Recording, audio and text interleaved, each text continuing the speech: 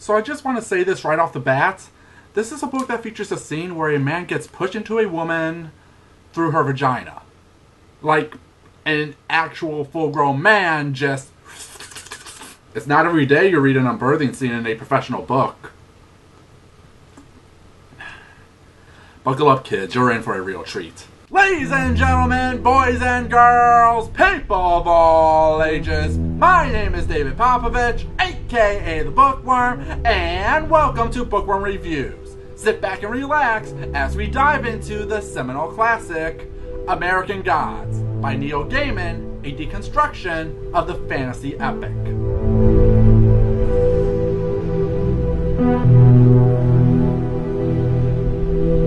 It is safe to say American Gods is Neil Gaiman's best known work. That's quite a feat considering the man has written a lot of short stories, poems, landmark comics, co-wrote with Terry Pratchett, and has a whole library of books for young and old that are classics in their own right.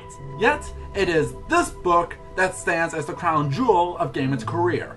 A book that won both the Hugo and the Nebula when it was published. Yes, the book with a man getting sucked into a woman's vagina has both a Hugo and Nebula and helped put an already great writer into the pantheon of legendary writers. No, I will not stop mentioning this scene! Yet, this book is one of the most divisive I've seen from people. Like, people seem to really love or hate this book, with some seemingly confused by it. Strap in, kids. I'm about to illustrate my point by reading Goodreads reviews. An incredible adventure! Read Gaiman, they said. Gaiman is such an important part of popular culture and one of the best contemporary writers. You have to read Gaiman. Well, I've read Gaiman now. Hi Gaiman, bye Gaiman. I'm not exactly sure what it is about this book that I don't like. I'm not sure there even is something I don't like. This book turned me over completely to Neil Gaiman and made me drooly and gaga for his writing like a Twilight fangirl and too much fairy dust. Oh my god, these are real people. I find myself shocked at the awards this book has won and the praise heaped onto it. How God's Earth could a book about gods walking on the earth among mortals be so pedestrian?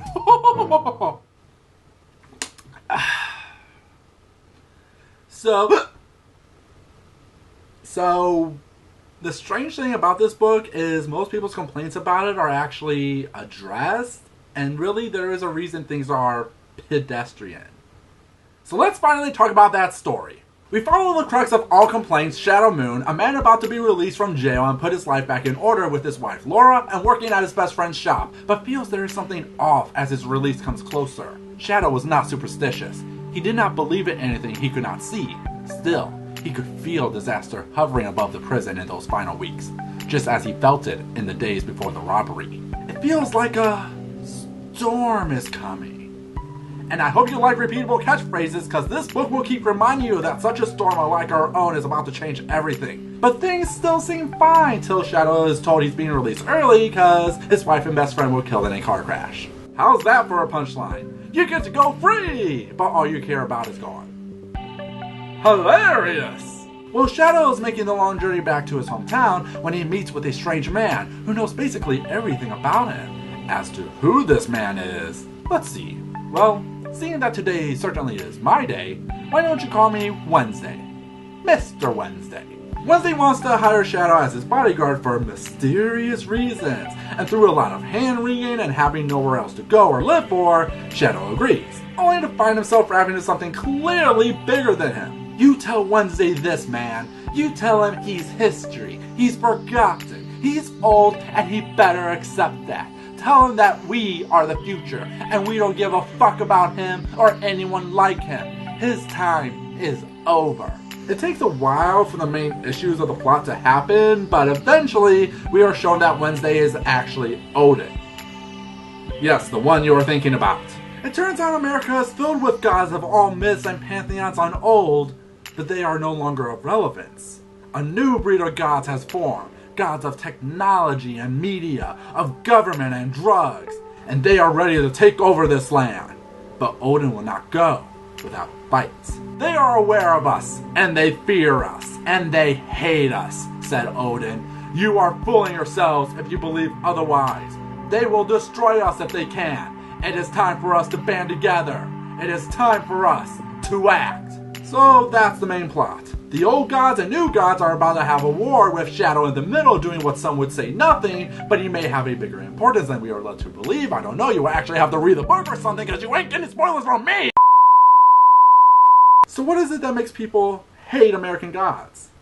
The immediate answer, if you haven't already guessed, is Shadow. A lot of criticisms and complaints come all around the fact that Shadow is basically numb to the events happening before him.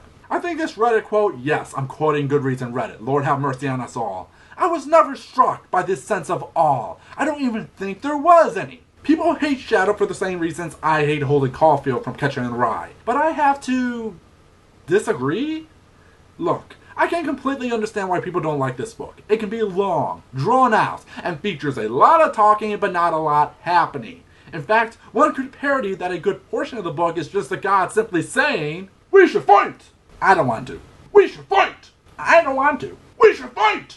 Nah, I don't want to. But here's the thing.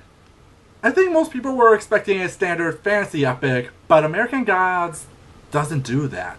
People want Shadow to be in awe and wonder that he knows gods are a real thing, but instead he's just indifferent. Mainly because he's no longer alive.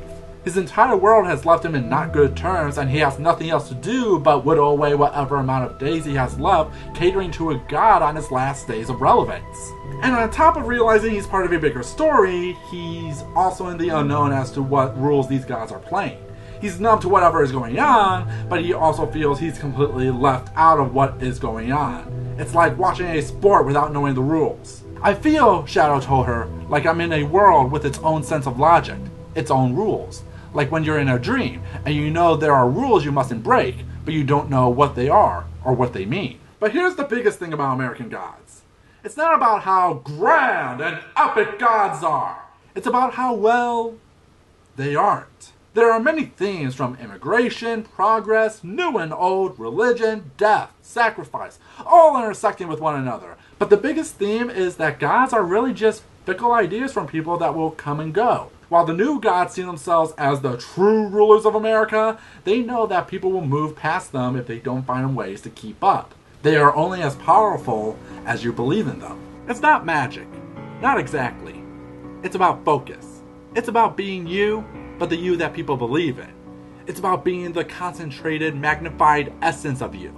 It's about becoming thunder, or the power of a running horse, or wisdom. You take all the belief, all the prayers, and they become bigger, cooler, more than human. You crystallize. He paused. And then one day they forget about you, and they don't believe in you, and they don't sacrifice, and they don't care. And the next thing you know, you're running a 3-card Monte game on the corner of Broadway and 43rd. I could imagine what most people think about when envisioning what American Gods should be about. An epic of a man seeing a war happening, filled with action, adventure, meeting all kinds of gods, and they would be cool instead of depressed, and you would actually see a war between gods instead of what's revealed later, which you won't get out of me! But instead, we get a book that's more introspective, and asks us to really wonder if gods really have an importance to us, and how even we can rise above them. American Gods is a long, thoughtful, and sometimes very esoteric book. I can see why people may not be fans of it, but it's very much in tune with Gaiman's love of myth, folklore, and gods through a modern eye. We all have different tastes, but in my book, American Gods is great as it plays with our expectations and makes you really think about what it means to believe.